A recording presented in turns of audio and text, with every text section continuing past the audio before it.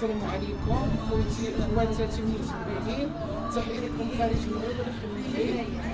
عندي واحد المفاجاه، نقدم لكم بريطور 5 تماره اللي عيطات لي وقالت لي في الحفل نطيب داكشي زوين وعجبها البال، وعاود جيت عندها وبغيت نشارك معكم الحفل اللي طيبت لها في هذا القاعه، وبقات في الحانه هذا دابا استقبلاتني جات لي عندها البلاصه اللي كتدار الضيافه وهذا. دابا راه غتهضر لكم كيفاش على الطبخ المغربي وهذا. مرحبا بكم.